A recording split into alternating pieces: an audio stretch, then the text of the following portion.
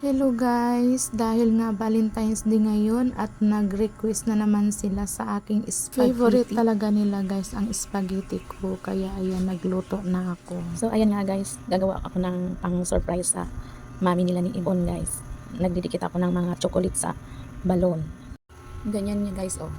Sa baba lang yung chocolate ng balon. Favorite niya lahat yung chocolate na yan guys. Tapos na yung aking DIY na ginawang pagdikit ng chocolate stick guys sa baba ng heart balloon.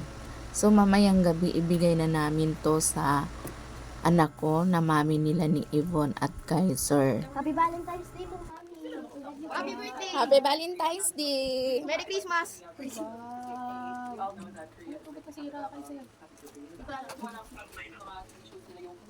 birthday.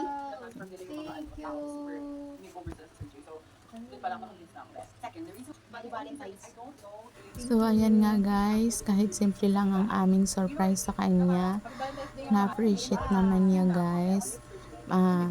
Minsan lang kasi siya dito sa bahay, kaya syempre pag nandito siya, pakita naman natin na importante at mahal natin ang ating mga anak. At palagi kasi siya nasa trabaho guys, kaya minsan lang kami sama-sama dito pag may okasyon. Kanyas to guys. Alam mo yan guys, yung moment hindi mababayaran ng pera talaga.